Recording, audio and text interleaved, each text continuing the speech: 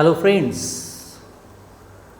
আজ আমরা তুল্যাঙ্ক ভার বা ইকুইভ্যালেন্ট ওয়েট সম্পর্কে কিছু শিখব। তবে টোটাল লেকচারটা আমরা 3টে পর্বে ভাগ করে আলোচনা করব। আজকে প্রথম পর্বে যেগুলো শিখব সেগুলো কি কি? প্রথমে আসবো তুল্যাঙ্ক ভার কী বা তুল্যাঙ্ক ভার কাকে বলে, তার সংজ্ঞাটা কী, এবং সেখান থেকে সেই সংজ্ঞাটা ব্যাখ্যা করব। তারপর সেখান থেকে একটা প্রমাণ আমাদেরকে শিখতে হবে কোনো মৌলের তুল্যাঙ্ক ভার, পারমাণবিক গুরুত্ব এবং যোজ্যতা এদের মধ্যে কী রিলেশন সেটা আমাদের শিখতে হবে। যেমন পারমাণবিক গুরুত্ব বা অ্যাটমিক মাসকে যদি এ বলা হয়, তুল্যাঙ্ক ভার বা ইকুইভ্যালেন্ট ওয়েট এটা যদি ই হয় এবং যোজ্যতা ভ্যালেন্সি, তাহলে তাদের মধ্যে সম্পর্কটা হলো এ সমান ই ইন্টু ভি। এই প্রমাণটা আমাদেরকে শিখতে হবে এবং এই প্রমাণটা কিন্তু পরীক্ষার জন্য খুব ইম্পর্ট্যান্ট। আর কি শিখব? এই প্রমাণ থেকে আমরা দেখাবো যে কোনো মৌলের তুল্যাঙ্ক ভার পরিবর্তনশীল হতে পারে কি না। এই প্রমাণটা করার পর সেটা সম্পর্কে আমরা ব্যাখ্যা করব। আর কি শিখব? এরপর আমরা তুল্যাঙ্ক ভার নির্ণয় করা যায় কি করে সেইটা শিখব। এই তুল্যাঙ্ক ভার নির্ণয় করতে গিয়ে আমরা এটাকে কতকগুলো পার্টে ভাগ করে নেব। কী কী? 1 নম্বর হচ্ছে কোনো মৌলের তুল্যাঙ্ক ভার কী করে নির্ণয় করা যায়। 2 নম্বর যৌগের তুল্যাঙ্ক ভার কী করে নির্ণয় করা যায়। এই যৌগের তুল্যাঙ্ক ভার নির্ণয় করতে গিয়ে আমরা আবার সেটাকে কতকগুলো স্পেশাল ক্যাটাগরিতে ভাগ করে নেব। যেমন যেমন যৌগের তুল্যাঙ্ক ভার করতে গিয়ে আমরা প্রথমে অ্যাসিড যৌগের তুল্যাঙ্ক ভার কী করে বার করা যায় শিখব। তারপর ক্ষার বা ক্ষারকের তুল্যাঙ্ক ভার, বেসের তুল্যাঙ্ক ভার কী করে বার করা যায় শিখব। তারপর সল্ট বা লবণের তুল্যাঙ্ক ভার কী করে বার করা যায় সেটা শিখব। সল্টের তুল্যাঙ্ক ভার কী করে বার করা যায় সেটা শিখব। এবং তারপর বিভিন্ন ধরনের গ্রুপ বা র্যাডিক্যাল বা মূলক এদের তুল্যাঙ্ক ভার কী করে বার করা যায় সেটা শিখব।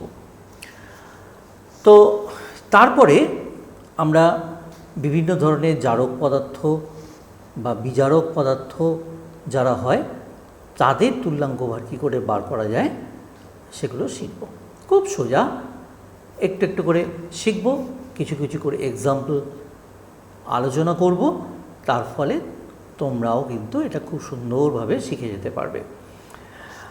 এছাড়া বিশেষ বিশেষ কতকগুলো রিয়াকশানের উপর বেস করে সেই সমস্ত পদার্থের ক্ষেত্রে তুল্যাঙ্ক ভার কী করে বের করা যায় সেগুলো আমরা 1 বাই 1 আলোচনা করব।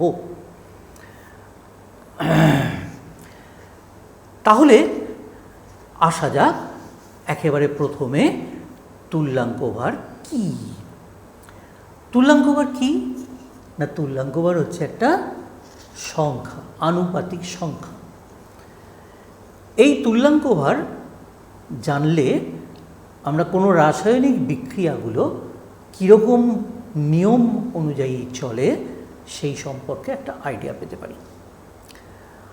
অর্থাৎ কোনো রাসায়নিক বিক্রিয়া হওয়ার সময় মৌলিক পদার্থগুলো একটা নির্দিষ্ট নিয়ম মেনে পরস্পরের সঙ্গে যুক্ত হয়, অথবা কোনো মৌল কোনো যৌগের সঙ্গে যখন যুক্ত হয় তখন একটা নির্দিষ্ট নিয়ম মেনে চলে। তো সেই নিয়মগুলো কীরকম? নিয়মগুলো হলো প্রত্যেকটা পদার্থ অপর পদার্থের সঙ্গে যখন বিক্রিয়া করে তখন তারা নিজ নিজ রাসায়নিক তুল্যাঙ্ক ভারের অনুপাতে বা তুল্য পরিমাণে বিক্রিয়া করে। যেমন আমরা জানি হাইড্রোজেন আর অক্সিজেন যুক্ত হয়ে জল তৈরি করে। যেমন আমরা জানি হাইড্রোজেন ক্লোরিন যুক্ত হয়ে HCl তৈরি করে, যেমন ক্যালসিয়ামের সাথে ক্লোরিন যুক্ত হয়ে CaCl2 তৈরি করে। তাহলে এই যে পদার্থগুলো, আমরা একটুখানি কতগুলো পদার্থ নিয়ে ব্যাপারটা আলোচনা করে এটা সম্বন্ধে শিখতে পারি। আমরা কতগুলো যৌগ, যেমন ধরো H2O, যেমন ধরো HCl, যেমন ধরো CaCl2, যেমন ধরো CaO ইত্যাদি যৌগ সম্পর্কে আমরা শিখতে পারি। এইগুলো করতে গিয়ে তুল্যাঙ্ক ভারের যে সংজ্ঞা, তুল্যাঙ্ক ভারের যে ডেফিনেশন, সেটা একটুখানি শিখে নেওয়া যাক। সেটা কীরকম? কোনো মৌলের যত ভাগ ওজন 1.008 ভাগ ওজনের হাইড্রোজেনের সঙ্গে বা 35.5 ভাগ ওজনের ক্লোরিনের সঙ্গে বা 8 ভাগ ওজনের অক্সিজেনের সঙ্গে যুক্ত হতে পারে, সেই ওজন সংখ্যাকে ওই মৌলের তুল্যাঙ্ক ভার বলে। যেমন আমি কতকগুলো যৌগ তোমাদের সামনে নিয়ে এসেছি। সেখানে কি দেখতে পাচ্ছি? জলের মধ্যে 2 × 1.008 ভাগ ওজনের হাইড্রোজেনের সঙ্গে 16 ভাগ ওজনের অক্সিজেন যুক্ত হয়েছে। তাহলে 8 ভাগ ওজনের অক্সিজেন কত ভাগ ওজনের হাইড্রোজেনের সঙ্গে যুক্ত হচ্ছে? না 1.008 ভাগ ওজনের হাইড্রোজেনের সঙ্গে যুক্ত হচ্ছে। অথবা ঘুরিয়ে বলা যায় 1.008 ভাগ ওজনের হাইড্রোজেন কত ভাগ অক্সিজেনের সঙ্গে যুক্ত হচ্ছে? না 8 ভাগের সঙ্গে যুক্ত হচ্ছে। তাই এই 1.008 এটা হাইড্রোজেনের তুল্যাঙ্ক ভার, 8 এটা অক্সিজেনের তুল্যাঙ্ক ভার। একই রকমভাবে যদি HCl যৌগের কথা ভাবো, সেখানে কি দেখছো? 1.008 ভাগ ওজনের হাইড্রোজেন 35.5 ভাগ ওজনের ক্লোরিনের সঙ্গে যুক্ত হচ্ছে। তাহলে আমরা তুল্যাঙ্ক ভারের ডেফিনেশনে একটু আগে কী বললাম?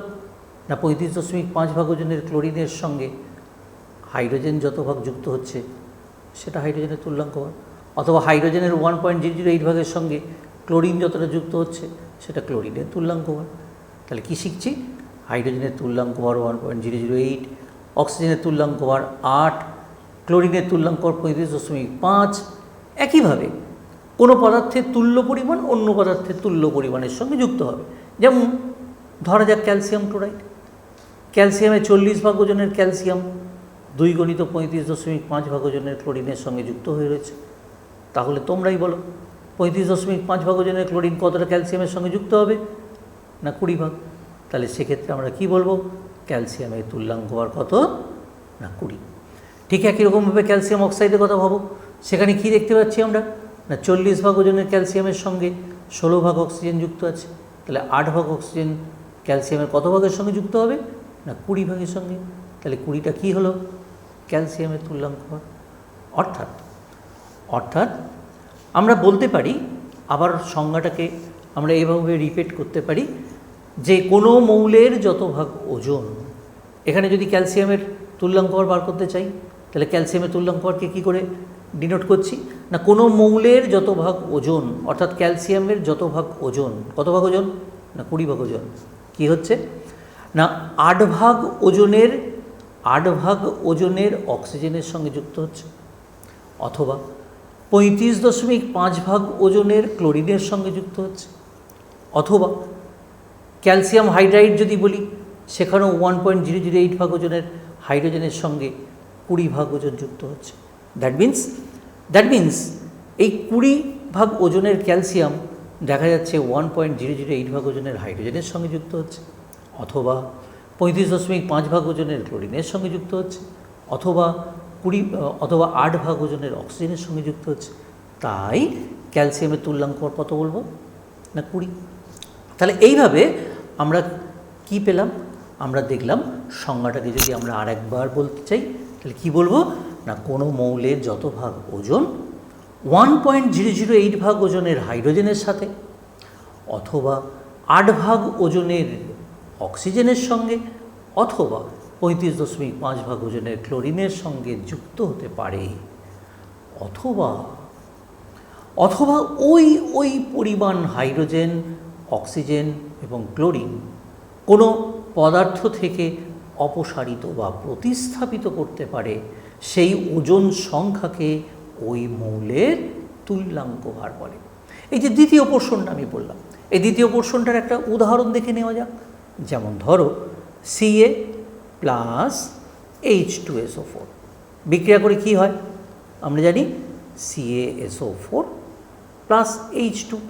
এই বিক্রিয়াতে আমরা দেখতে পাচ্ছি 2 × 1.008 ভাগ ওজনের হাইড্রোজেন যুক্ত প্রতিস্থাপিত হচ্ছে কোনো যৌগ থেকে। কার দ্বারা প্রতিস্থাপিত হচ্ছে? ক্যালসিয়াম দ্বারা। ক্যালসিয়ামের কত ভাগ ওজন এই হাইড্রোজেনটাকে প্রতিস্থাপিত করেছে? 40 ভাগ ওজন। তাহলে এখান থেকে আমি যদি তোমাদের জিজ্ঞেস করি যে 1.008 ভাগ ওজনের হাইড্রোজেন প্রতিস্থাপিত করতে ক্যালসিয়ামের কত ভাগ লাগবে, উত্তর কী হবে? না 20। তাহলে সেক্ষেত্রে 20টা কি না ক্যালসিয়ামের তুল্যাঙ্ক ভার। তাহলে সেক্ষেত্রে আমরা কি দেখলাম না ক্যালসিয়ামের 20 ভাগ ওজন H2SO4 থেকে 1.008 ভাগ ওজনের হাইড্রোজেন প্রতিস্থাপিত করেছে, তাই সেক্ষেত্রে ক্যালসিয়ামের তুল্যাঙ্ক ভার কী হলো? 20। তাহলে এইভাবে আমরা তুল্যাঙ্ক ভার জিনিসটা কী বা তুল্যাঙ্ক ভার বলতে কতটা পরিমাণ ওজন বোঝায় বা এটা কীরকম আনুপাতিক সংখ্যা, সেই জিনিসগুলো আমরা শিখলাম। নেক্সট, এবার আমরা একটা ছোট্ট প্রমাণ, কিন্তু অত্যন্ত ইম্পর্ট্যান্ট একটা প্রমাণ, সেটা শিখব। অর্থাৎ আমরা এখন কোনো মৌলের পারমাণবিক গুরুত্ব, যেটাকে আমরা এ বা অ্যাটমিক মাস দিয়ে চিহ্নিত করব, এ ফর পারমাণবিক গুরুত্ব, পারমাণবিক গুরুত্ব। তারপর ই মানে হচ্ছে ওই মৌলের তুল্যাঙ্ক ভার। কিসের তুল্যাঙ্ক ভার? মৌলের তুল্যাঙ্ক ভার বা equivalent weight of the element. আর ভি মানে হচ্ছে যোজ্যতা, ভ্যালেন্সি, কার? ওই মৌলটার। ধরা যাক মৌলটার চিহ্ন হচ্ছে এম, মৌলটার চিহ্ন এম, এবং যোজ্যতা তো আগেই বলেছি, যোজ্যতা হচ্ছে ভি, এবং মৌলটার যোজ্যতা হচ্ছে ভি। তোমরা সবাই জানো অক্সিজেনের যোজ্যতা হচ্ছে 2। তাহলে ওই মৌলটা আর অক্সিজেন মিলে যে যৌগ তৈরি করে তার সংকেতটা কী হবে? আবার বলছি, মৌলটার যোজ্যতা যদি ভি হয় আর অক্সিজেনের যোজ্যতা আমরা সবাই জানি 2, তাহলে এম এবং ও মিলে যে যৌগ তৈরি হবে, অক্সাইড যৌগ, সেই অক্সাইড যৌগের সংকেতটা তাহলে কী হবে?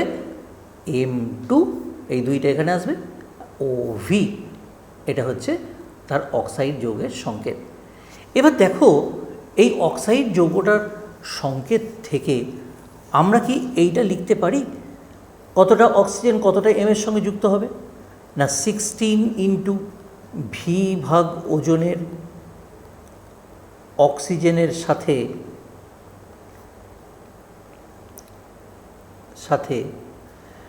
2 × এ ভাগ ওজন, এ ভাগ ওজন এম যুক্ত হবে, রাইট?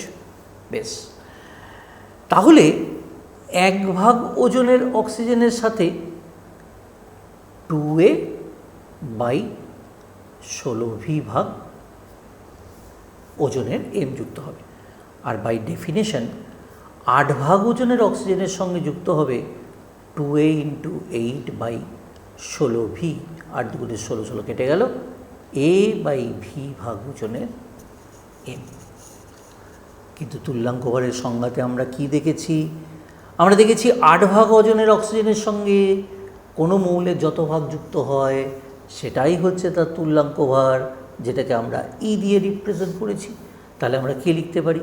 না ই সমান a/v, অথবা এ সমান ই ইন্টু ভি।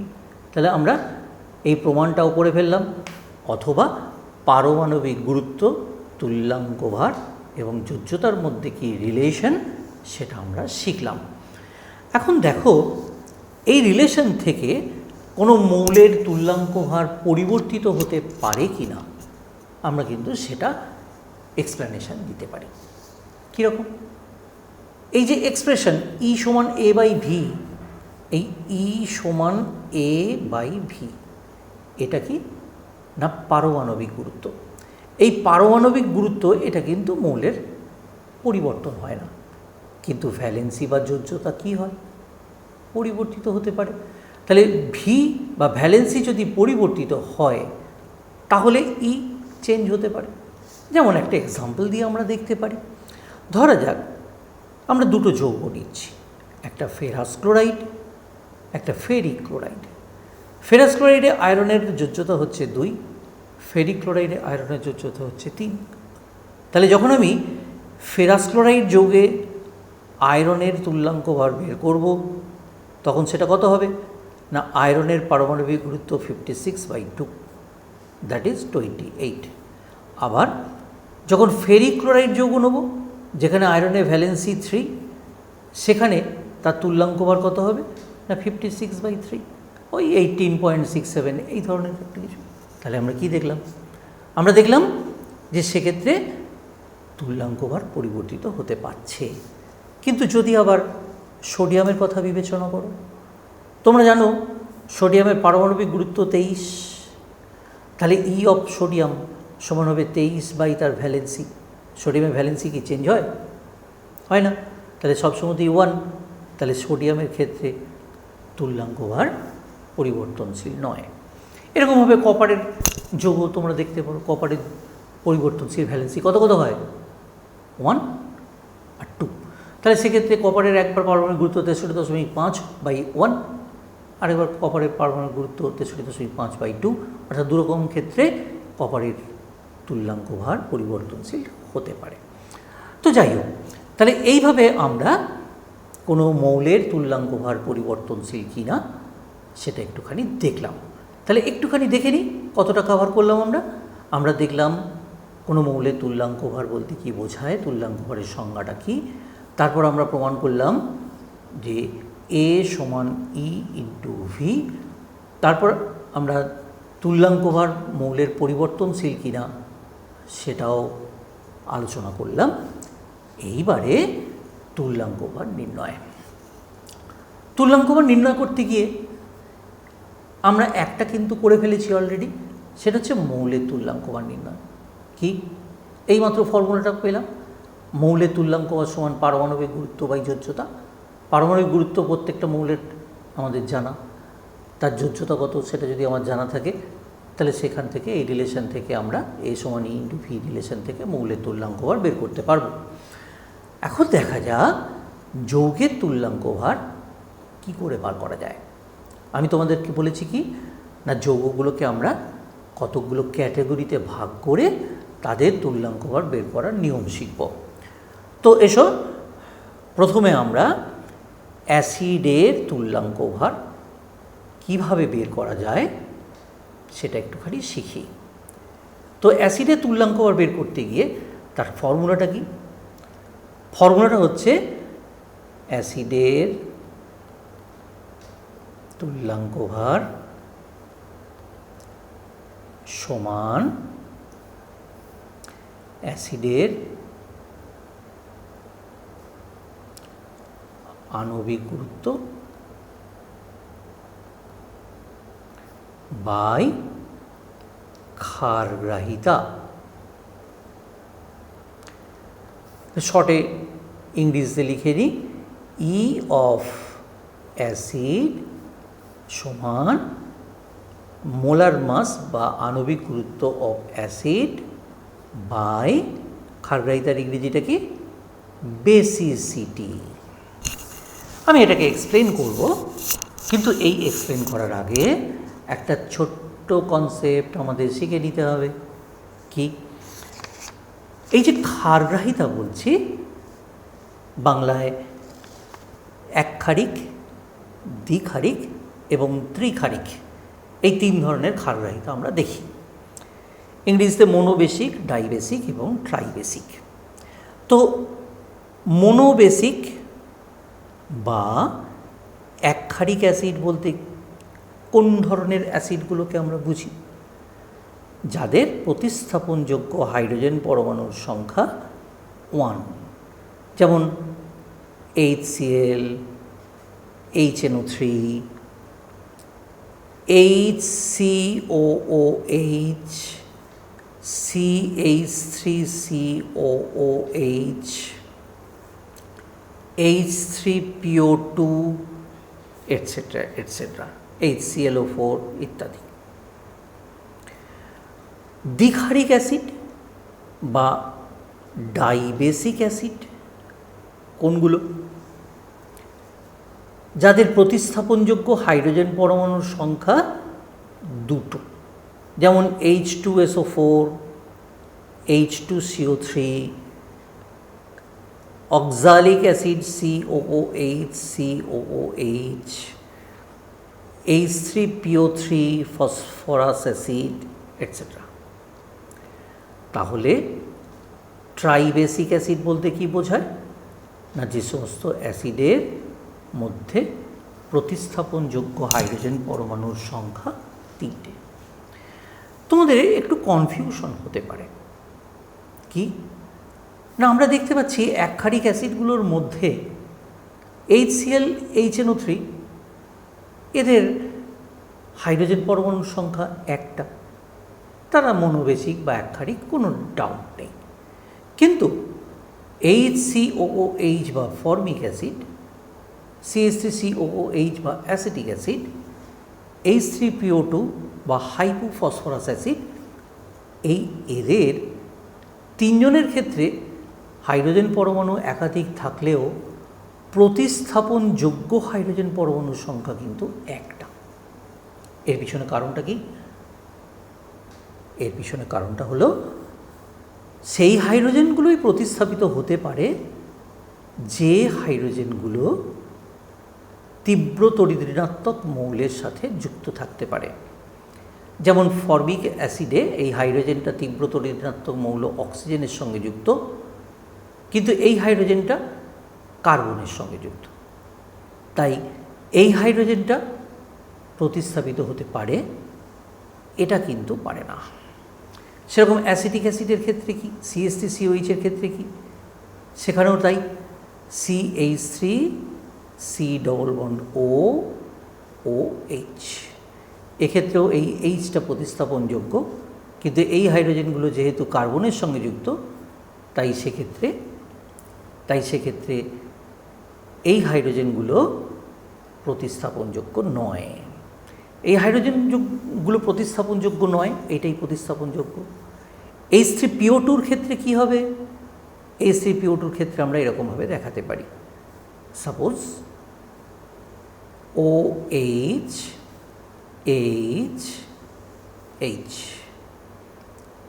এখানে লক্ষ্য করে দেখো, এই হাইড্রোজেনটা সেটা তীব্রতর ঋণাত্মক মৌল অক্সিজেনের সঙ্গে যুক্ত, কিন্তু এই হাইড্রোজেনগুলো কিন্তু নয়, তাই এক্ষেত্রে প্রতিস্থাপনযোগ্য হাইড্রোজেন পরমাণু একটা। তাহলে আমরা কি দেখলাম? আমরা দেখলাম একক্ষারিক অ্যাসিড বলতে কোনগুলো বোঝায়। এই একক্ষারিক অ্যাসিডগুলোর ক্ষেত্রে তাদের তুল্যাঙ্ক আবার কী করে বার করব? খুব সোজা। প্রথমে আমরা ওই অ্যাসিডগুলোর আণবিক গুরুত্ব বের করব, এম অফ অ্যাসিড, এবং তারপর তার বেসিসিটি 1 দিয়ে ভাগ করব। অর্থাৎ HCl, এই HCl এর ক্ষেত্রে আমরা যদি E অফ HCl বের করতে চাই, E অফ HCl কী করে করব? HCl এর মোলার মাস বা আণবিক গুরুত্ব হচ্ছে 36.5, তাকে 1 দিয়ে ভাগ, 36.5 হয়ে গেল উত্তর। এবার আসছে ডাইবেসিক অ্যাসিড। ডাইবেসিক অ্যাসিডে H2SO4, H2CO3, অক্সালিক অ্যাসিড, এরা সব হচ্ছে দ্বিক্ষারিক অ্যাসিড। তোমাদের যদি জানতে ইচ্ছে হয় একই রকমভাবে H3PO3 তার মধ্যে 3টে হাইড্রোজেন পরমাণু আছে, অথচ দেখা যাচ্ছে যে সেক্ষেত্রে তার বেসিসিটি হচ্ছে 2, ক্ষারগ্রাহিতা হচ্ছে 2। তাহলে তার স্ট্রাকচারটা আমরা এখান থেকে দেখতে পাচ্ছি কি, এই দুটো হাইড্রোজেন প্রতিস্থাপনযোগ্য, কিন্তু এই হাইড্রোজেনটা প্রতিস্থাপনযোগ্য নয়। তাহলে এদের ক্ষেত্রেও আমরা যদি তুল্যাঙ্ক ভার বের করতে চাই, তাহলে EH2SO4 কী লিখতে পারি আমরা? না, এর আণবিক গুরুত্ব 98/2, অর্থাৎ 49। সেরকমভাবে বাকিগুলো আমরা করতে পারি। H3PO4 তার বেসিসিটি 3, তাহলে আমরা যদি E(H3PO4) করতে চাই কি করব? না, তার আণবিক গুরুত্ব বার করব বা মোলার মাস বার করব, করে তাকে 3 দিয়ে ভাগ করব, করলে ওই 32.67 এই ধরনের কিছু একটা আসবে। তো যাই হোক, তাহলে এইভাবে আমরা দেখলাম যে অ্যাসিড যৌগগুলো তুল্যাঙ্ক ভার বের করতে গেলে আমাদেরকে প্রথমে অ্যাসিডের আণবিক গুরুত্বটা বের করতে হবে, তারপর সেই আণবিক গুরুত্বকে ক্ষারগ্রাহিতা দিয়ে ভাগ করতে হবে, এবং তার ফলে তার তুল্যাঙ্ক ভার পাওয়া যাবে। তাহলে একটা ক্যাটাগরি হয়ে গেল। এবার আমরা আসব ক্ষারকের তুল্যাঙ্ক ভার। এটাও খুব সোজা। ক্ষারকের তুল্যাঙ্ক ভারের ক্ষেত্রে আগের মতোই একটা ফর্মুলা আমাদেরকে শিখতে হবে। ফর্মুলাটা কি? না, ক্ষারকের তুল্যাঙ্ক ভার সমান, ফর্মুলাটা কি? না, ক্ষারকের আণবিক গুরুত্ব বাই ক্ষারকের অম্লগ্রাহিতা।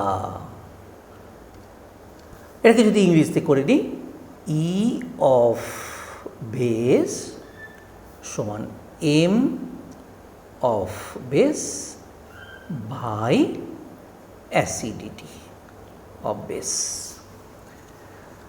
তাহলে আণবিক গুরুত্ব তো আমরা ক্ষারকের বের করতে পারবো।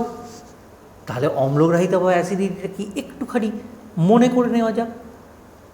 আচ্ছা, প্রথমে কিছু আমরা ক্ষারকের উদাহরণ দেখি। ক্ষারক কারা? ধাতব অক্সাইড বা ধাতব হাইড্রক্সাইড যৌগগুলোকে আমরা ক্ষারক বলে থাকি। Suppose Na2O, CaO, MgO, Al2O3, এরা সব হচ্ছে ধাতব অক্সাইড। এই ধাতব অক্সাইডগুলোকে আমরা বলবো ক্ষারক।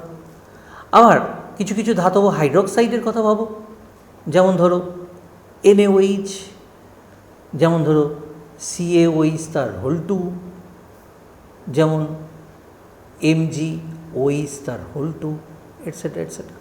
এরা ধাতব হাইড্রক্সাইড, এরাও ক্ষারক। তাহলে ধাতব অক্সাইড বা ধাতব হাইড্রক্সাইড এই যৌগগুলোকে আমরা ক্ষারক বলি। এখন দেখা যাক তাদের অ্যাসিডিটি বলতে কী বোঝায়, অম্লগ্রাহিতা বলতে কী বোঝায়, কী করে আমরা বার করব অম্লগ্রাহিতা কত। ছোট ট্রিক্স হচ্ছে, যদি ক্ষারকটার মধ্যে OH মূলক না থাকে তাহলে দেখতে হবে তার মধ্যে কটা অক্সিজেন পরমাণু আছে। যটা অক্সিজেন পরমাণু আছে তাকে 2 দিয়ে গুণ করবে, তাহলে তার অম্লগ্রাহিতা পাওয়া যাবে। যেমন এখানে অক্সিজেন পরমাণু একটা আছে, অতএব এর অম্লগ্রাহিতা 2। এখানে অক্সিজেন পরমাণু একটা, অম্লগ্রাহিতা 2, এর অম্লগ্রাহিতা 2। এর অক্সিজেন পরমাণু 3টে, অতএব অম্লগ্রাহিতা 6। তাহলে অম্লগ্রাহিতা যদি পেয়ে যাই তাহলে সেক্ষেত্রে কী করব? তার তুল্যাঙ্ক ভার বের করতে গেলে কী করব? না, ওই ক্ষারকটার আণবিক গুরুত্ব বের করে অম্লগ্রাহিতা দিয়ে ভাগ। তাহলে তোমরা বলো, সোডিয়াম অক্সাইড, এই সোডিয়াম অক্সাইডের আমি যদি তুল্যাঙ্ক ভার বের করতে চাই, তাহলে এর তুল্যাঙ্ক ভার আমরা কী লিখতে পারি? এর তুল্যাঙ্ক ভার করতে গেলে এর যেটা আণবিক গুরুত্ব বেরোবে সেটা বাই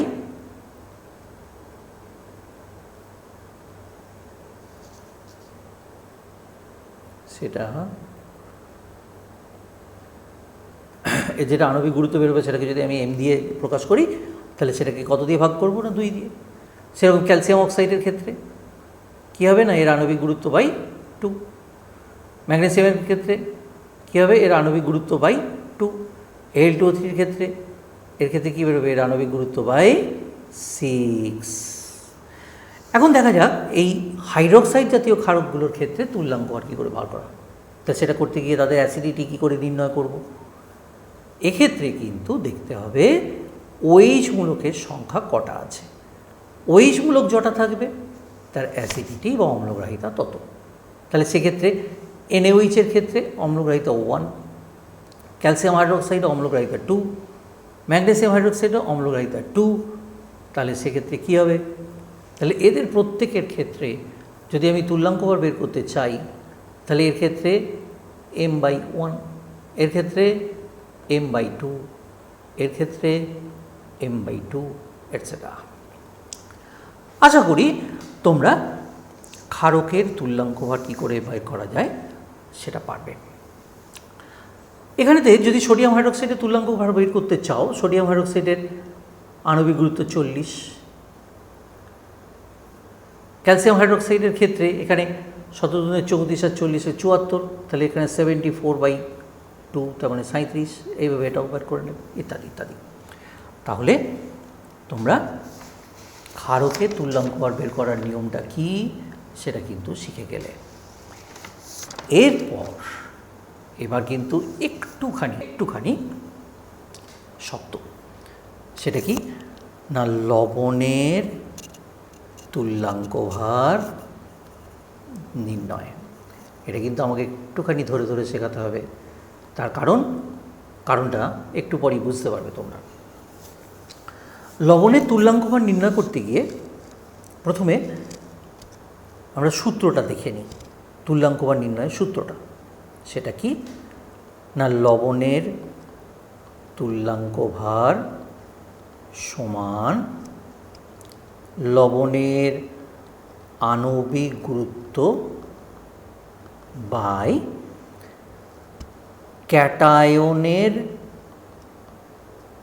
সংখ্যা ইন্টু ক্যাটায়নের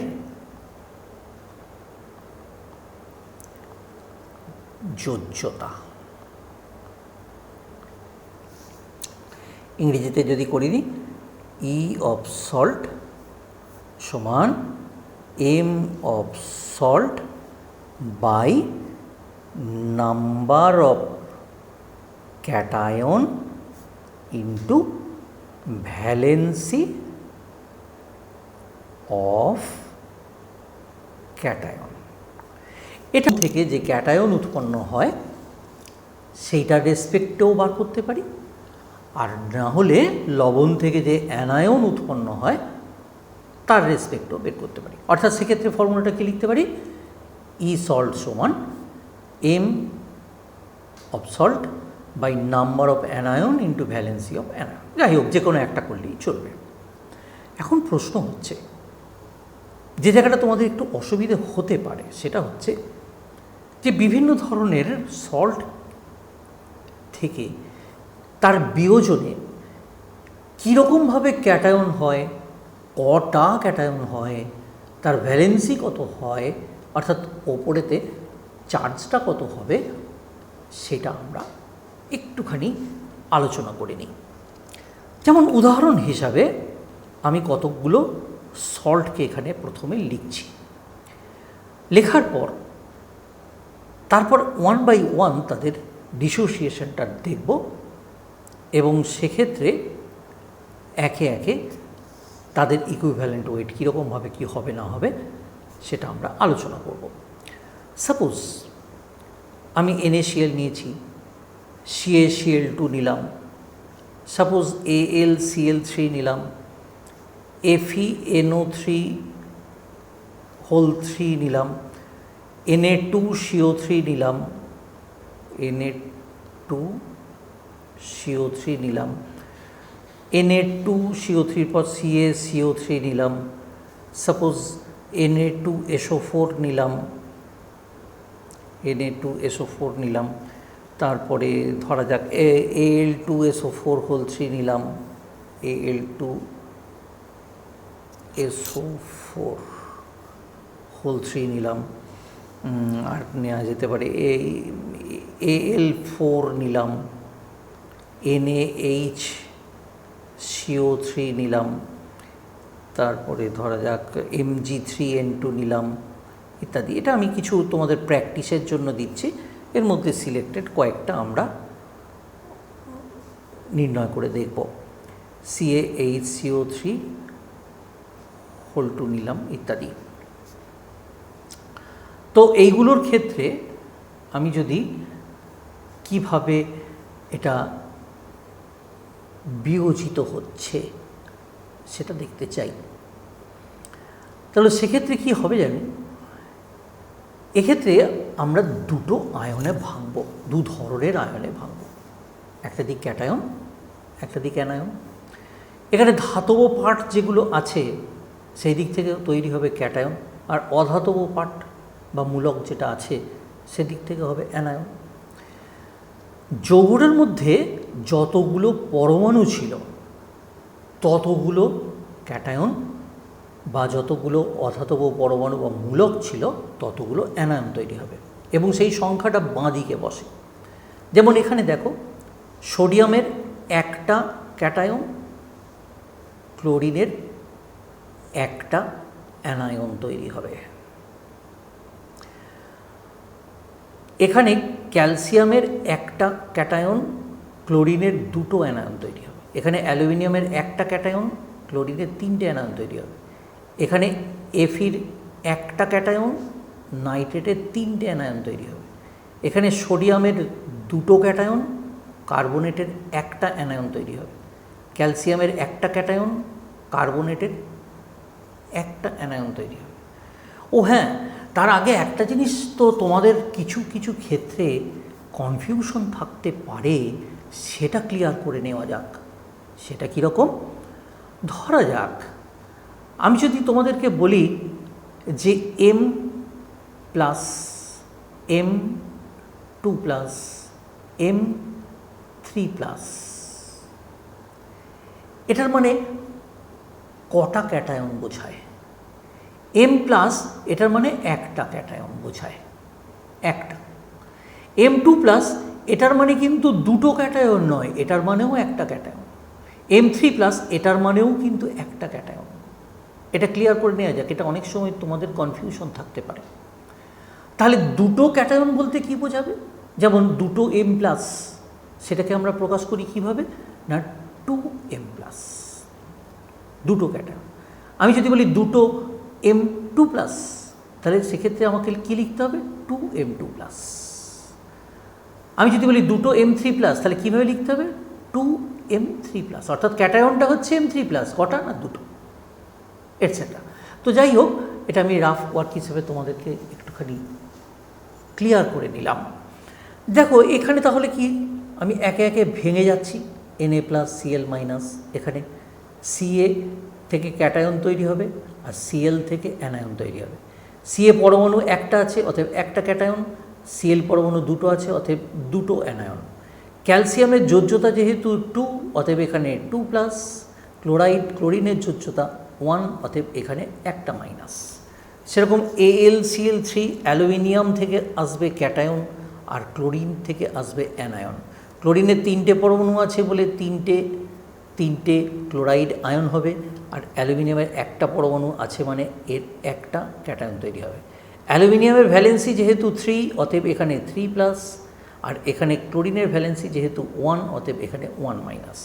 ঠিক একই রকমভাবে এটা হবে Fe3+ + 3NO3-, এটা হবে 2Na+, এটা হবে CO3 2-, এটা হবে Ca2+, আর এটা হবে CO3 2-, এটা হবে 2Na+, এটা হবে SO4 2-, এটা হবে 2Al3+, যুক্ত এটা হবে 3SO4 2-, এটা হবে Al3+, এটা হবে PO4 3-। যাই হোক, তাহলে তোমরা দেখতে পাচ্ছ এগুলো খুব সহজেই আমরা এরপর করে ফেলতে পারবো। Na+ যুক্ত HCO3-। রানিং নোটটা যদি তোমাদের টুকতে অসুবিধে হয় তাহলে পরবর্তী ক্ষেত্রে একটু পজ করে নেবে, নিয়ে আস্তে আস্তে এটাকে তোমরা রপ্ত করতে চেষ্টা করবে। 3Mg2 প্লাস যুক্ত 2N3 মাইনাস, তারপর এখানে হচ্ছে Ca2 প্লাস 2HCO3 মাইনাস। তো যাই হোক, এর মধ্যে কয়েকটা ফর স্যাম্পল আমরা একটুখানি তুল্যাঙ্ক ভারটা বের করে নিই। এর মধ্যে কয়েকটা আমাদের খুব কাজে লাগে, প্রায়ই আমরা প্রবলেম করতে গিয়ে এদের মধ্যে কয়েকটা আমরা প্রায়ই পাই, সেইগুলো বিশেষ করে আমরা একটুখানি করে ফেলি এসো। যেমন ধরো সোডিয়াম কার্বনেট, তার ক্ষেত্রে কী করে করতে হয়, ক্যালসিয়াম কার্বনেট, তার ক্ষেত্রে কী করে করতে হয়, তারপর সোডিয়াম সালফেট, সেটাও একটুখানি বের করে নেওয়া যেতে পারে, অ্যালুমিনিয়াম সালফেট Al2SO4 3, সেটাও একটু বের করে নেওয়া যেতে পারে, সোডিয়াম বাইকার্বনেট, সেটাও একটু দেখে নেওয়া যেতে পারে। তো চলো তাহলে সেগুলো একে একে আমরা একটুখানি দেখে নিই। ফর্মুলাটাতে আবার ফিরে আসি।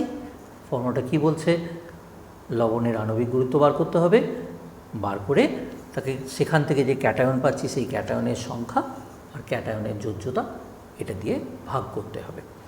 তো ঠিক আছে, সোডিয়াম কার্বনেট, তাহলে ই অফ সোডিয়াম কার্বনেট সেটা কি হবে, ই অফ সোডিয়াম কার্বনেট Na2CO3, বলে ফেল কী হবে। সোডিয়াম কার্বনেটের আণবিক গুরুত্ব হিসেব করতে হবে আমাদেরকে। সাপোজ আণবিক গুরুত্ব 2 × 23 প্লাস CO3 জন্য হচ্ছে, সির জন্য 12 আর 3 × 48 করলে 106 হবে। করে সোডিয়াম কার্বনেটের দেখতে পাচ্ছি আমরা দুটো ক্যাটায়ন এবং ক্যাটায়নের যোজ্যতা কত না 1, তাহলে 2 × 1 দিয়ে ভাগ, তার মানে জিনিসটা দাঁড়ালো কত 53। তাহলে সোডিয়াম কার্বনেটের তুল্যাঙ্ক কত দাঁড়ালো 53। ক্যালসিয়াম কার্বনেট দেখে নিয়ে এসো, ই অফ CaCO3, বলে ফেলো ই অফ CaCO3 কী হবে, ক্যালসিয়াম কার্বনেটের আণবিক গুরুত্ব 100, ক্যালসিয়াম কার্বনেটের দেখো ক্যাটায়নের সংখ্যা একটা কিন্তু তার যোজ্যতা 2, অতএব 1 × 2 দিয়ে ভাগ, তাহলে কত হবে না 50। তাহলে সেক্ষেত্রে আমরা ক্যালসিয়াম কার্বনেটে পেয়ে গেলাম। এরপর আসি সোডিয়াম সালফেট। সোডিয়াম সালফেটের একই রকমভাবে আমরা করতে পারি।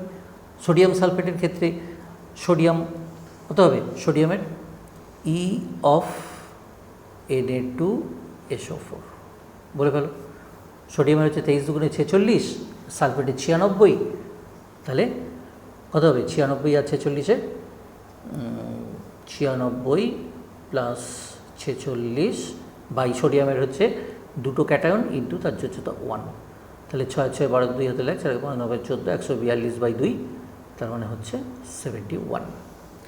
তাহলে এইভাবে এটা করতে পারি। সোডিয়াম অ্যালুমিনিয়াম সালফেটটা করে নিয়ে এসো, Al2SO4 3, বলো তো দেখি কত দিয়ে ভাগ হবে, ই অফ Al2SO4 3 কত দিয়ে ভাগ হবে বলে ফেলো দেখি, কত দিয়ে ভাগ হবে। এর যদি আণবিক গুরুত্ব বার করো 342, অ্যালুমিনিয়াম সালফেটে এই যে দেখে নাও দুটো ক্যাটায়ন এবং তাদের যোজ্যতা কত, একটা ক্যাটায়নের 3+, তার মানে 3 × 6, 2 × 3 অর্থাৎ 6 দিয়ে ভাগ হবে। তাহলে এটা ভাগ করলে কত হবে না, ভাগ করলে হবে 2 × 3 ভাগ করলে কত হবে 57 হবে। তাহলে সোডিয়াম বাইকার্বনেট, সোডিয়াম বাইকার্বনেটের ক্ষেত্রে আমরা করে দিতে পারি ই অফ NaHCO3, কী হবে ই অফ NaHCO3, বলে ফেলো সোডিয়ামের 23 + 1 প্লাস কার্বনের 12 প্লাস 3 × 48 বাই 1 × 1 অর্থাৎ 84। তাহলে এইভাবে আমরা লবণের তুল্যাঙ্ক ভারগুলো বের করতে পারি, খুব ইজি।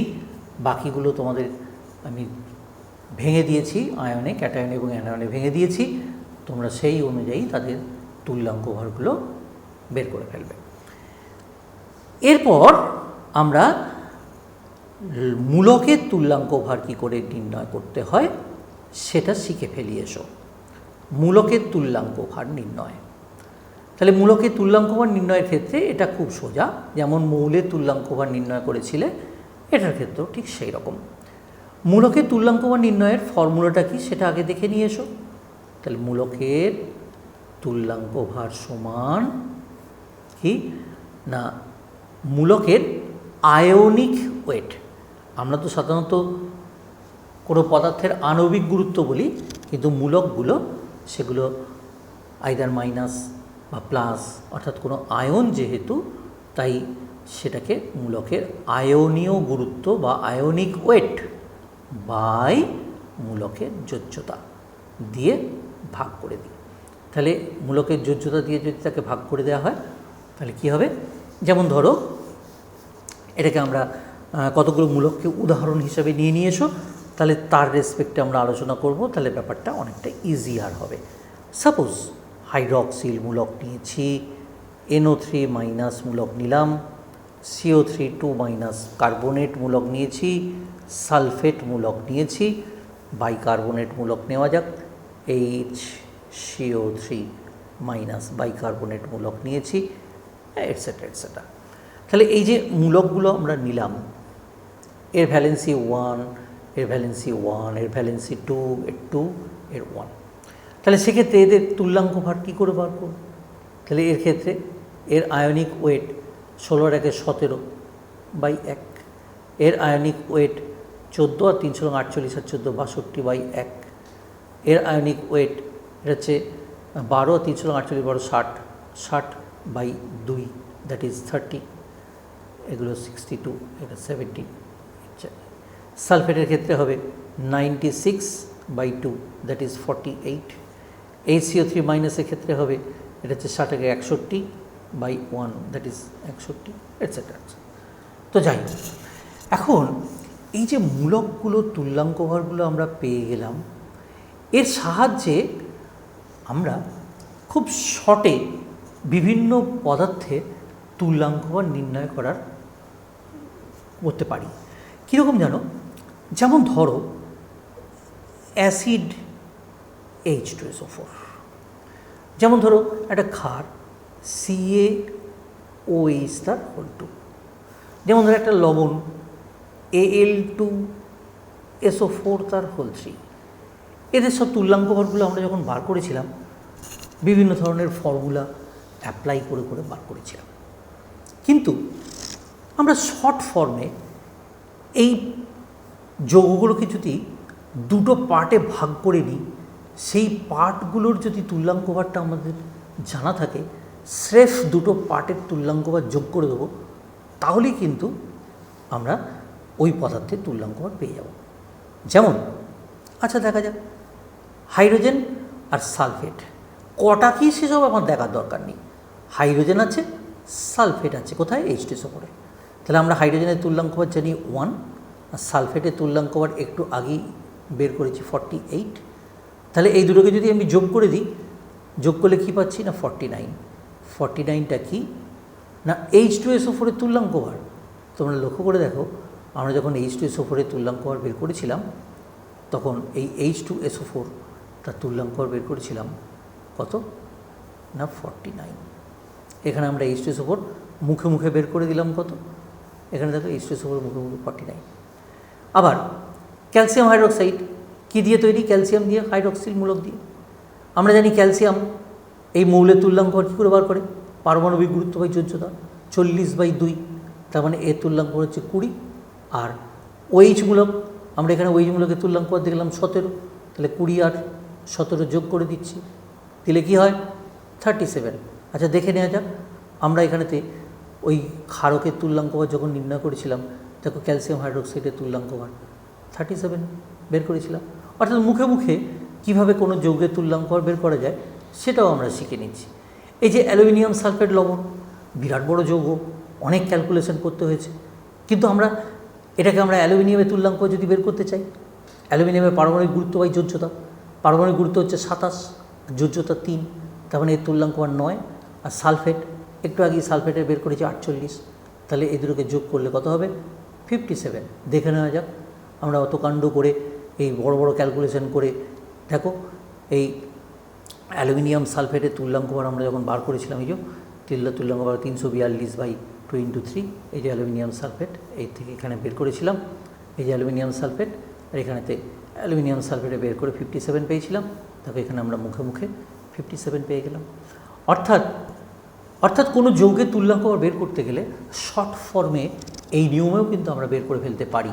কি নিয়ম না, যদি সেটাকে দুটো পার্টে ভাগ করে নিই, একটা দিক ক্যাটায়নিক পার্ট, একটা দিক অ্যানায়নিক পার্ট, ক্যাটায়নিক পার্টের তুল্যাঙ্ক ভার যা, অ্যানায়নিক পার্টের তুল্যাঙ্ক ভার যা, দুটোকে যোগ করে দিলাম, তাহলে পেয়ে গেলাম।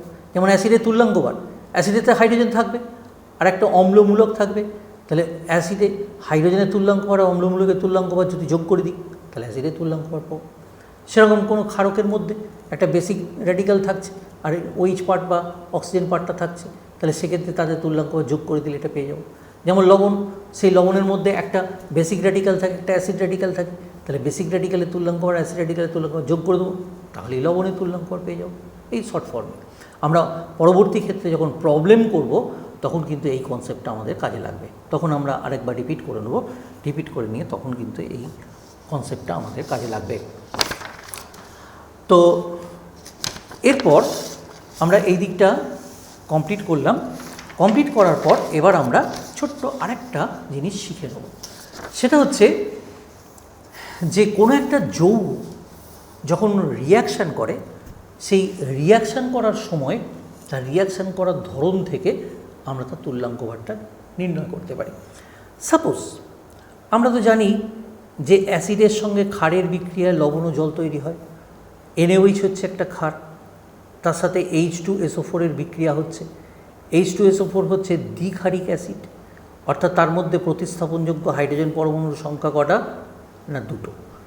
যদি H2SO4 এর একটা হাইড্রোজেন পরমাণু সোডিয়াম দ্বারা প্রতিস্থাপিত হয়ে NaHSO4 লবণ তৈরি করে, তাহলে যেন H2SO4 এর একটা হাইড্রোজেন প্রতিস্থাপিত হচ্ছে, সেক্ষেত্রে H2SO4 এর তুল্যাঙ্ক ভার বের করতে গেলে তার আণবিক গুরুত্বকে 1 দিয়ে ভাগ করতে হবে। আবার যখন H2SO4 এর দুটো হাইড্রোজেন পরমাণু সম্পূর্ণভাবে ধাতু দ্বারা প্রতিস্থাপিত হয়ে Na2SO4 লবণ তৈরি করছে, তখন কিন্তু H2SO4 এর প্রতিস্থাপনযোগ্য হাইড্রোজেন পরমাণুর সংখ্যা যেহেতু 2, অতএব সেক্ষেত্রে তার তুল্যাঙ্ক ভার বের করতে গেলে তার কী হবে না আণবিক গুরুত্বকে 2 দিয়ে ভাগ করতে হবে। তো আমরা 1 নম্বর রিয়াকশানের ক্ষেত্রে in 1 E of H2SO4 লিখব, তার আণবিক গুরুত্ব 98/1। অপরপক্ষে in 2 reaction 2 E of H2SO4 আমরা লিখব 98/2, দ্যাট ইজ 49। অর্থাৎ আমরা প্রথমে যেমন শিখেছিলাম যে কোনো মৌলের তুল্যাঙ্ক ভার পরিবর্তিত হতে পারে, সেরকম এখন দেখতে পাচ্ছি যে হ্যাঁ কোনো যৌগেরও তুল্যাঙ্ক ভার পরিবর্তিত হতে পারে। আমরা যৌগের তুল্যাঙ্ক ভার পরিবর্তিত হতে পারে সেটা আরও একটা উদাহরণের সাহায্যে দেখে নিতে পারি। কীরকম? আমরা শিখব এখন যে বিভিন্ন ধরনের জারক পদার্থ বা বিজারক পদার্থের তুল্যাঙ্ক ভার নির্ণয়। তো সেই জারক এবং বিজারক পদার্থের তুল্যাঙ্ক ভার নির্ণয় করতে গিয়ে আমরা দেখাবো যে KMnO4 যৌগ সেটা বিভিন্ন মাধ্যমে বিভিন্ন রকমভাবে রিয়াকশান করতে পারে। KMnO4 যৌগ অ্যাসিড মাধ্যমে যেরকমভাবে রিয়াকশান করে, ক্ষার মাধ্যমে একটু অন্যরকমভাবে অন্য পদার্থ তৈরি করে। আমরা সেগুলো 1 by 1 দেখব এবং এক একটা ক্ষেত্রে তার তুল্যাঙ্ক ভার কী করে নির্ণয় করতে হয় সেটা আমরা শিখব। তাহলে পরবর্তী হেডিং আমাদের কি হবে? পরবর্তী হেডিং হবে জারক অথবা বিজারক পদার্থের তুল্যাঙ্ক ভার নির্ণয়। এই জারণ বিজারণ সম্পর্কে আমার অন্য ভিডিওতে আরও ডিটেলস আলোচনা করা থাকবে। এখন শুধু জাস্ট প্রিলিমিনারি একটু আইডিয়া, তোমরা নিচু ক্লাসে যেটা পড়েছো সেটা একটুখানি বলে নেওয়া যাক। এখানে জারক বা বিজারক পদার্থ বলছি আমি। জারণ বিজারণ বলতে কি বোঝায় আমরা তো শিখে এসেছি। জারণ মানে কি? যা ইলেকট্রন মানে জারণ। তাহলে ইলেকট্রনের বর্জন অর্থাৎ জারণ। তাহলে আমরা কীরকমভাবে লিখতে পারি? জারক পদার্থ কি করে, সে অপরকে জারিত করে, অপরকে জারিত করে। তার ফলে সে নিজে কি করে, সে নিজে অন্যের কাছ থেকে ইলেকট্রন গ্রহণ করে, অন্যের কাছ থেকে ইলেকট্রন গ্রহণ করে তাকে জারিত করে। তাহলে জারক পদার্থ নিজে বিজারিত হয়, তার মানে সে ইলেকট্রন গ্রহণ করে। ইলেকট্রন গ্রহণ করে মানে কি, যার কাছ থেকে নিচ্ছে সেই ইলেকট্রন ছাড়ছে, তার মানে তার জারণ ঘটছে। তাহলে সেক্ষেত্রে জারক পদার্থ ইলেকট্রন গ্রহণ করে। তাহলে বিজারক পদার্থ ঠিক উল্টোটা, অর্থাৎ বিজারক পদার্থ কি করে না, ইলেকট্রন বর্জন করে। তাই তো? বেশ, এখন বিভিন্ন ধরনের জারক পদার্থ আছে। সেই সমস্ত জারক পদার্থের মধ্যে আমরা কয়েকটা উদাহরণ তুলে নেব। তাহলে তার আগে জারক পদার্থের তুল্যাঙ্ক ভারের ফর্মুলাটা কি সেটা একটুখানি লিখে নেওয়া যাক। তাহলে জারক পদার্থের তুল্যাঙ্ক ভার সমান কি, সমান ওই জারক পদার্থের আণবিক গুরুত্ব বাই, জারক পদার্থ যেহেতু একটু আগেই শিখেছি ইলেকট্রন গ্রহণ করে, তাই কটা ইলেকট্রন গ্রহণ করে, ওই জারক পদার্থের একটা অণু বিক্রিয়া করার সময় যতগুলো ইলেকট্রন গ্রহণ করে সেই ইলেকট্রন সংখ্যা দিয়ে ভাগ করতে হয়। কাকে না, ওই জারক পদার্থের আণবিক গুরুত্বকে। মোলার মাসকে নাম্বার অফ ইলেকট্রনস ট্রান্সফার্ড বা ইলেকট্রনস গেইনড দিয়ে যদি ভাগ করি, তাহলে জারক পদার্থের তুল্যাঙ্ক ভার পাওয়া যাবে। এবার 1/1, সাপোজ KMnO4, এটা একটা জারক পদার্থ, তার বিভিন্ন মাধ্যমে বিভিন্ন বিক্রিয়ার সাপেক্ষে একে একে তুল্যাঙ্ক ভার বের করব আমরা। কীরকম, প্রথম আসা যাক in acidic medium. In acidic medium KMnO4 যৌগ যখন বিক্রিয়া করে তখন অ্যাকচুয়ালি সেটা Mn++ আয়নে পরিণত হয়। যদি H2SO4 মিডিয়াম হয় MnSO4 হবে, যদি HCl মিডিয়াম হয় MnCl2 হবে, এটসেট্রা এটসেট্রা। এবং সেক্ষেত্রে সেই 5টা ইলেকট্রন গ্রহণ করে। আবার যদি সেটা নিউট্রাল মিডিয়ামে বিক্রিয়া করে অথবা নিউট্রাল মিডিয়াম অথবা স্লাইট বা খুব সামান্য বেসিক মিডিয়াম, এতে যদি বিক্রিয়া করে সেক্ষেত্রে KMnO4 MnO2-তে পরিণত হয় এবং সেক্ষেত্রে 3টে ইলেকট্রন গ্রহণ করে। আর যদি স্ট্রং অ্যালকালাইন মিডিয়ামে বিক্রিয়া করে, স্ট্রং বেসিক মিডিয়াম বা স্ট্রং অ্যালকালাইন মিডিয়ামে বিক্রিয়া করে,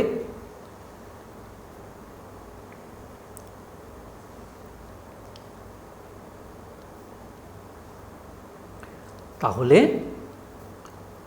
KMnO4 K2MnO4-এ পরিণত হয় এবং সেক্ষেত্রে সে একটা ইলেকট্রন গ্রহণ করে। এখন আমি যদি এই মিডিয়ামগুলোতে যদি সংশ্লিষ্ট পদার্থের তুল্যাঙ্ক ভার কত দেখতে চাই, তাহলে সেক্ষেত্রে ফর্মুলা কি না, আণবিক গুরুত্ব KMnO4-এর আণবিক গুরুত্ব বার করে সেটাকে কত দিয়ে ভাগ করব না, গৃহীত ইলেকট্রন সংখ্যা দিয়ে। তো যদি আমি অ্যাসিডিক মিডিয়ামে E অফ KMnO4 বার করতে চাই, কী হবে না, এর আণবিক গুরুত্ব যা বার করব, বার করে তাকে কত দিয়ে ভাগ করব, 5 দিয়ে। যদি আমি নিউট্রাল মিডিয়ামে KMnO4-এর তুল্যাঙ্ক ভার বার করতে চাই তাহলে কী করব, আণবিক গুরুত্ব বার করে তাকে কত দিয়ে ভাগ করব, 3 দিয়ে। যদি আমি স্ট্রং অ্যালকালাইন মিডিয়ামে KMnO4 এর তুল্যাঙ্ক ভর বার করতে চাই, তাহলে আণবিক গুরুত্বকে কত দিয়ে ভাগ করব? 1 দিয়ে। এখন KMnO4 এর আণবিক গুরুত্ব যদি 158.1 হয়, তাহলে সেক্ষেত্রে প্রথমটার ক্ষেত্রে 158 কত 158/5 যদি দিই, তাহলে সেক্ষেত্রে এটা দাঁড়াবে ওই 31.62 এরকম কিছু একটা দাঁড়াবে, 31.62 এরকম কিছু একটা দাঁড়াবে, 31.62। সেরকমভাবে যদি আমরা ওই 158.1/3 করি, তাহলে ওটা দাঁড়াবে 52.7 এরকম কিছু একটা, একটু ভেরিফাই করে নেবে। আর পরেরটা হবে 158.1/1 ইত্যাদি। আর একটা জারক দ্রব্য জাস্ট একটুখানি দেখে নিই, এটা অত্যন্ত ইম্পর্টেন্ট, এটা একটুখানি দেখে রাখা ভালো আমাদের। সেটা হচ্ছে পটাশিয়াম ডাইক্রোমেট K2Cr2O7। এই K2Cr2O7 অ্যাসিডিক মিডিয়ামে যখন রিয়াকশান করে তখন এর তুল্যাঙ্ক ভর কত, সেটা অনেক সময় আমাদের কোয়েশ্চেন আসে। এক্ষেত্রেও কিন্তু সেটা 6টা ইলেকট্রন গ্রহণ হয় বা গ্রহণ করে অন্যকে জারিত করে এবং নিজে Cr2SO4 অর্থাৎ Cr3+ আয়নে পরিণত হয়। এক্ষেত্রে 6টা ইলেকট্রন গ্রহণ করে যেহেতু, অতএব এক্ষেত্রে এরও তুল্যাঙ্ক ভর আমরা যদি হিসেব করি, তাহলে এর আণবিক গুরুত্ব যা হবে তাকে 6 দিয়ে ভাগ করতে হয়। আণবিক গুরুত্ব 294.18, এটাকে যদি আমরা 6 দিয়ে ভাগ করে যা হবে ওই 49 পয়েন্ট সামথিং এরকম কিছু একটা হবে। যাই হোক, তো এইভাবে আমরা জারক পদার্থে তুল্যাঙ্ক ভরগুলো কীভাবে নির্ণয় করতে হয় সেটা শিখলাম। এখন এর ঠিক উল্টোটা, বিজারক পদার্থের তুল্যাঙ্ক ভর। বিজারক পদার্থের তুল্যাঙ্ক ভর নির্ণয় কী করে করব? বিজারক পদার্থের তুল্যাঙ্ক ভরের ক্ষেত্রে ওই তো ফর্মুলা আছে, একই রকমভাবে আগেরটার সাথে তোমরা সিমিলারিটি আনতে পারো। সেক্ষেত্রে ওর আণবিক গুরুত্ব বের করে এখানে যেমন গৃহীত ইলেকট্রনের সংখ্যা ছিল, বিজারক পদার্থ কী করে না ইলেকট্রন বর্জন করে, তাহলে এক্ষেত্রে এর ইকুইভ্যালেন্ট ওয়েট হবে ওই বিজারক পদার্থের আণবিক গুরুত্ব by number of electrons transferred, অর্থাৎ এ যেমন ইলেকট্রন দিয়ে দিচ্ছে, নাম্বার অফ ইলেকট্রনস ট্রান্সফার্ড, অর্থাৎ বর্জিত ইলেকট্রন সংখ্যা দিয়ে ভাগ করতে হবে। তো বিজারক পদার্থের উদাহরণ কি? সাপোজ FeSO4 সে কী করে না ইলেকট্রন ছেড়ে দিয়ে Fe2SO4 অর্থাৎ ফেরাস থেকে ফেরিকে রূপান্তরিত হয়। ফেরাসে তার ভ্যালেন্সি ছিল 2, ফেরিকে ভ্যালেন্সি হচ্ছে 3, তাহলে এক্ষেত্রে একটা ইলেকট্রন সে ছাড়ে, অতএব সেক্ষেত্রে ইকুইভ্যালেন্ট ওয়েট কী হবে? এর আণবিক গুরুত্বকে 1 দিয়ে ভাগ, যেটা হবে সেটা। ঠিক সেরকমভাবে যদি আমরা আরেকটা এক্সাম্পল নিই, অক্সালিক অ্যাসিড H2C2O4.2H2O, এটা যখন রিয়াকশান করে তখন কি হয়, H2C2O4 এটা রিয়াকশান করে 2CO2 তৈরি করে এবং এক্ষেত্রে দুটো ইলেকট্রন সে বর্জন করে। তাহলে দুটো ইলেকট্রন বর্জন করার ফলে কেলাস জল সহ এর মোলার মাস যা হবে, তাকে তখন 2 দিয়ে ভাগ করা হবে, অর্থাৎ ওই 126/2 এরকম হবে। 126/2 সমান বড় 63 মতো হবে।